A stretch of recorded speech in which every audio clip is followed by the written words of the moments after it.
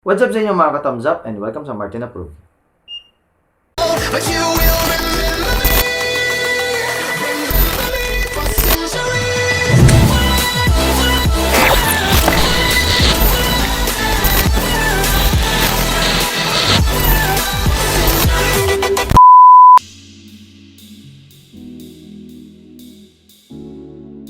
Ngayon, i-review natin itong electric fan na to. Nakikita nyo ba to, no? So, hindi yung props lang or hindi lang ako nainitan. Nandiyan talaga yan para i-review natin. Pag-uusapan natin ngayon mga ka-thumbs up, ang Xiaomi Mi Smart Standing Fan 2 Lite. Pero bago ang lahat, papakita ko muna yung unboxing and paano natin inassemble itong electric fan na to. Madali lang. Let's go! I-unbox natin ngayon yung box.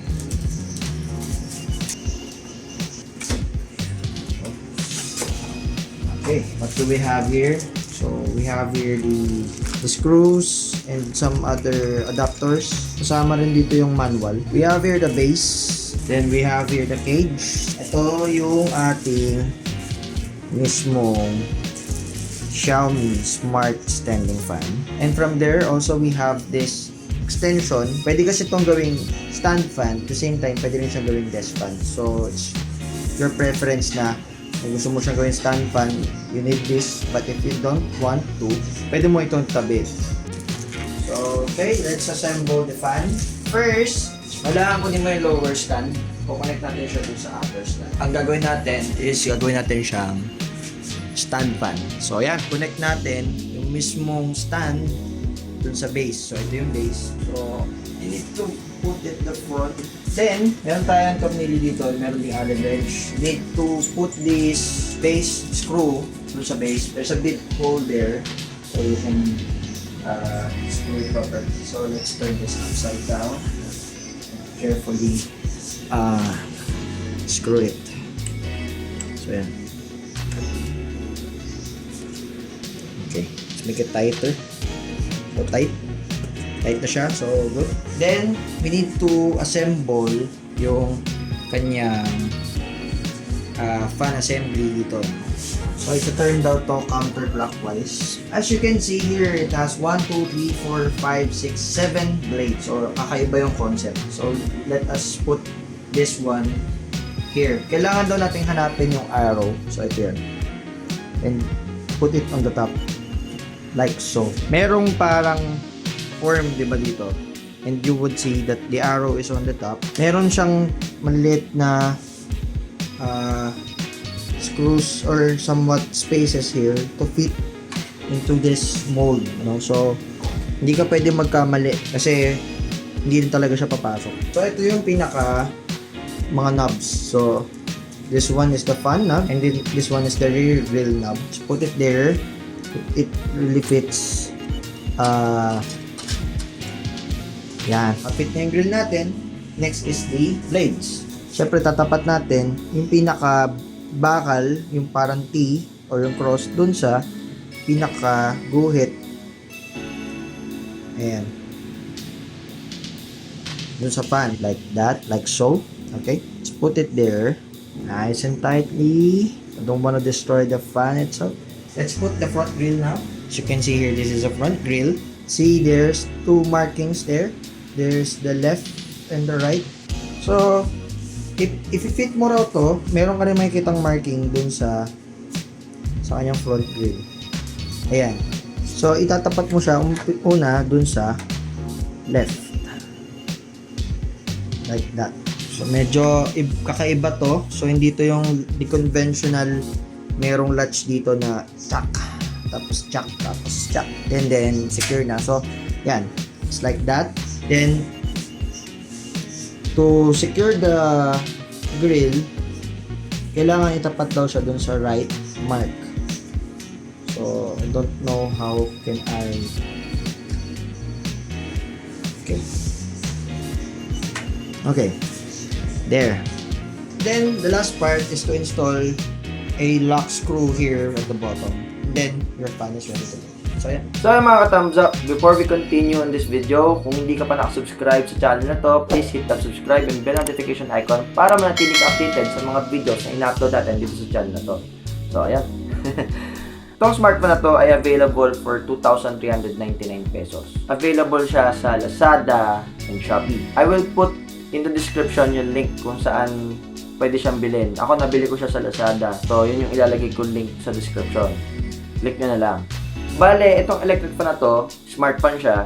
Meron siyang tatlong modes of operations. It can be operated manually, just like an ordinary electric fan, or you can operate it via the app, or you can operate it using voice commands. So, unahin muna natin paano siya ino-operate manually. Sa manual operation niya, ang electric fan na ito ay may 4 buttons. Power button, fan speed button. Also, the fan speed button acts as its sleep mode button, the oscillation button, and the timer button. Siyempre, self-explanatory yung power button, it is to turn on or turn off the fan. The next button, the fan speed button, that indicates and also controls yung fan speed. This electric fan has 3 fan speed levels.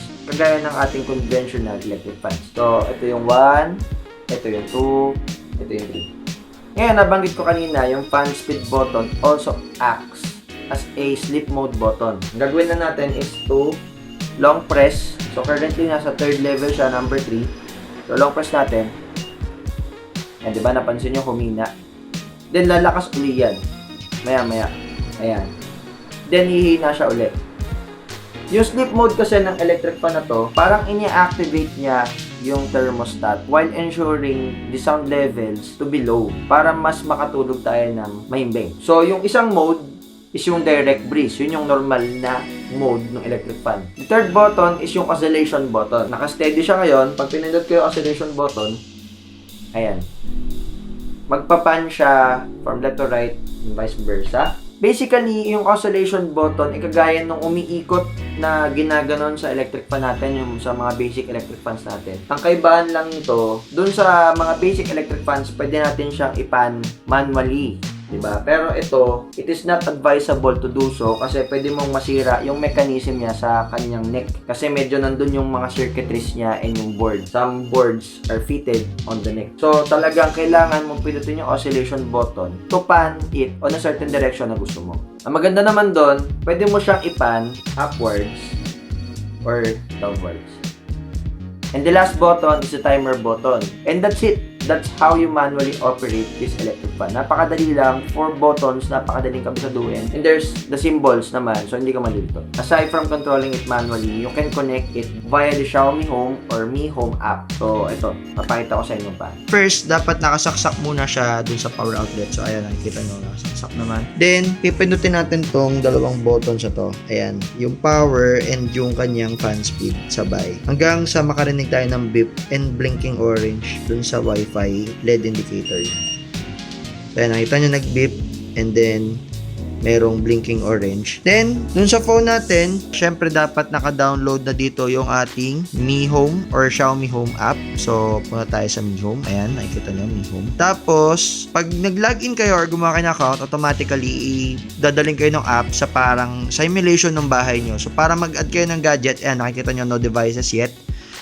Click nyo lang yung plus sign. Ayan, pagka-click nyo ng plus sign, so makikita nyo nag-scanning devices nearby. Kailangan nakabukas yung iyong Wi-Fi, Bluetooth, and location. Ayan, so mga ka-thumbs up, nakita natin, Mi Smart Standing Fan to Light. So, click lang natin, then connect to another router. Para ma-connect natin yung fan, kailangan meron tayong router. So, ayan, click natin tong Huawei P40 Pro kasi ito yung router ko.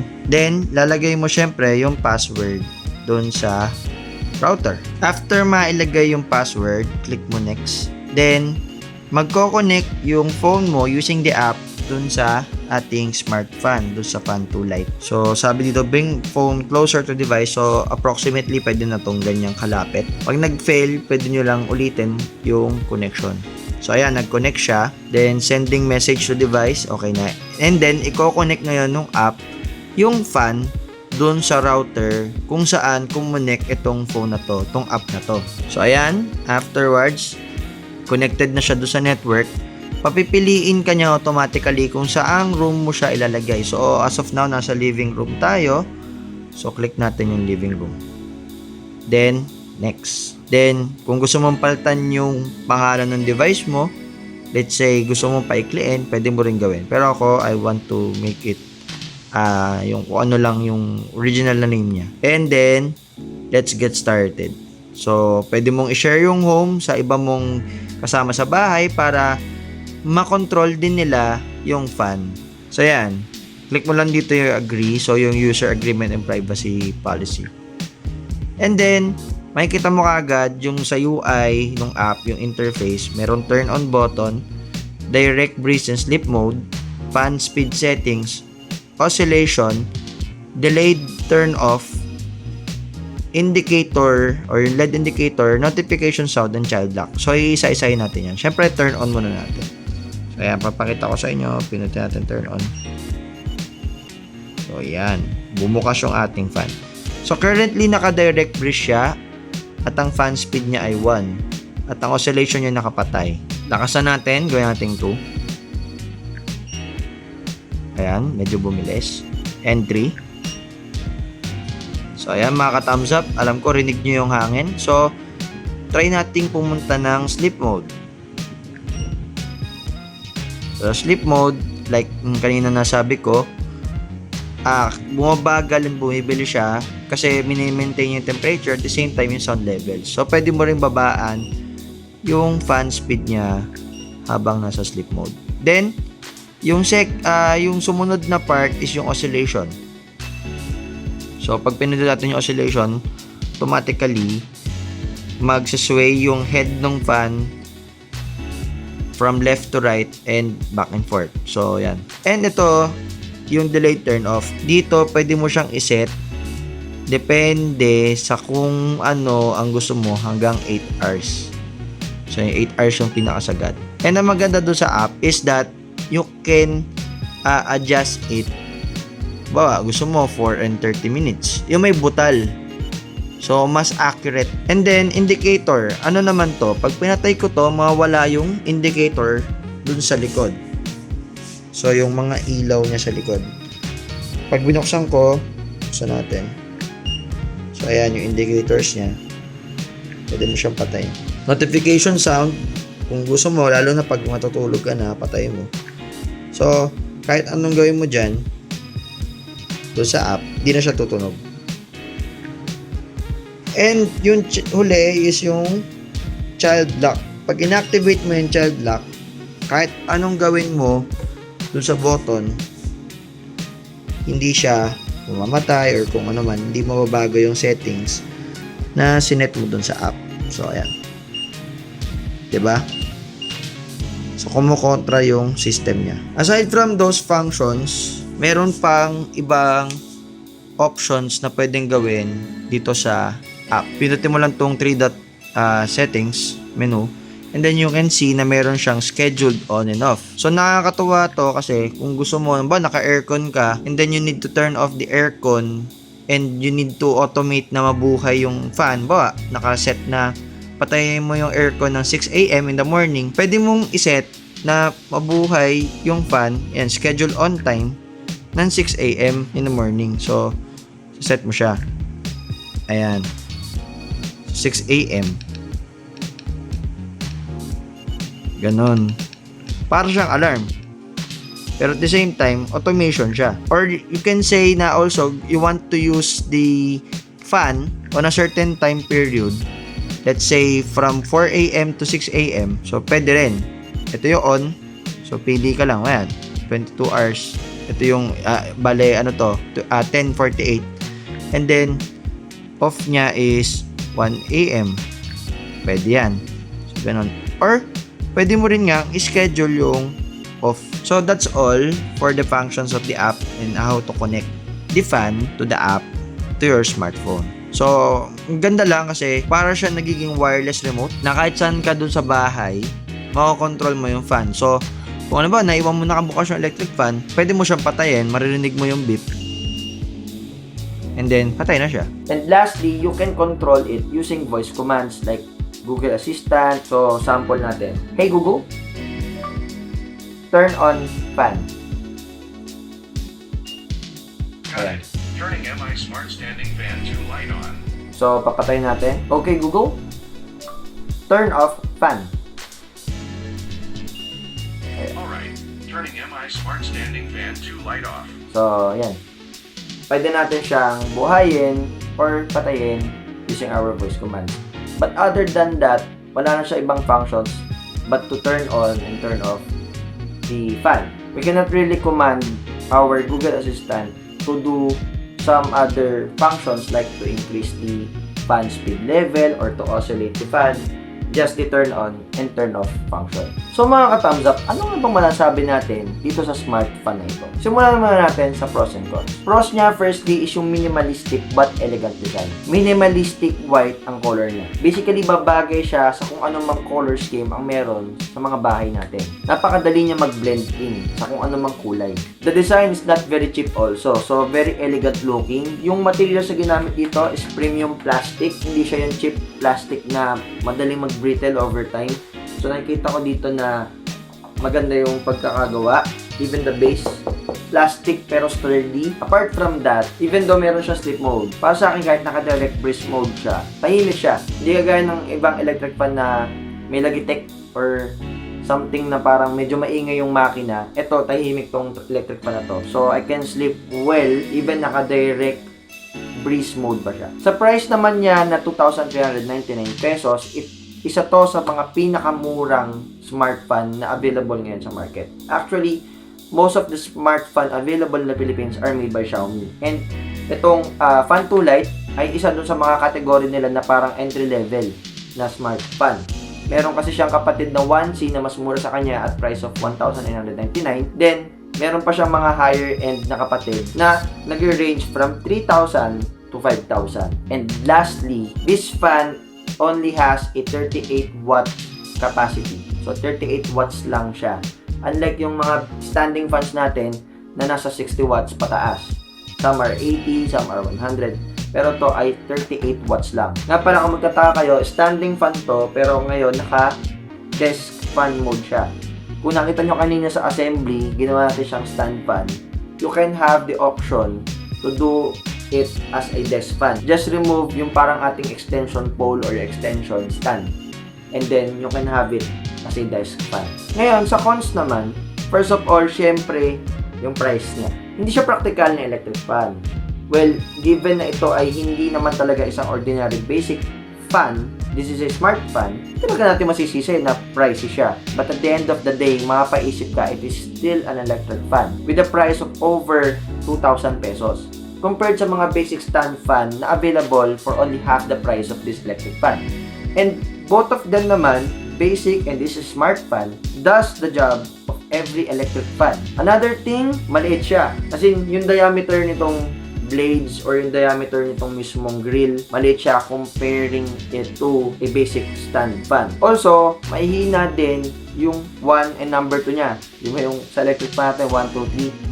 Mahina yung 1 and 2 niya na parang yung parang mga portable na electric fans, no, na rechargeable. Parang ganun yung lakas ng hangin niya. Pero wala naman ako masabi dun sa number 3. Talagang malakas siya number 3. And tayo ng mga Pilipino naman, pag tayo nag-electric fan, talagang lagi naman sagad lagi namang number 3. So ganun din naman dito sa electric fan na to. Ma-appreciate mo yung 1 and 2 kung may aircon ka, kung may AC unit ka. Actually, itong electric fan na to, recommendable siya kung talagang meron kayong AC unit. And lastly, since puti ang kulay niya at wala siyang ibang other colors, iba na other pa, napaka bilis niyang dumihin yung kulay niya. So approve nga ba or disapprove itong Xiaomi Mi Smart Standing Fan 2 Lite? Sobrang haba talaga ng pangalan. Well, approve siya bilang isang smart fan but not an electric fan. If you wanna be practical, syempre mas okay pa rin yung ating mga electric fans na mabibili natin at a lower price. But if you're planning to convert your home into a smart home, this gadget right here is a good start. So ayan mga ka-thumbs up, if you enjoy watching this video, please hit the thumbs up button, share mo na rin, at kung may mga tanong ka about this electric fan or other questions, suggestions, violent reactions, I entertain that. Comment ka lang down below. And yun, I'll see you guys on the next video. Thumbs up.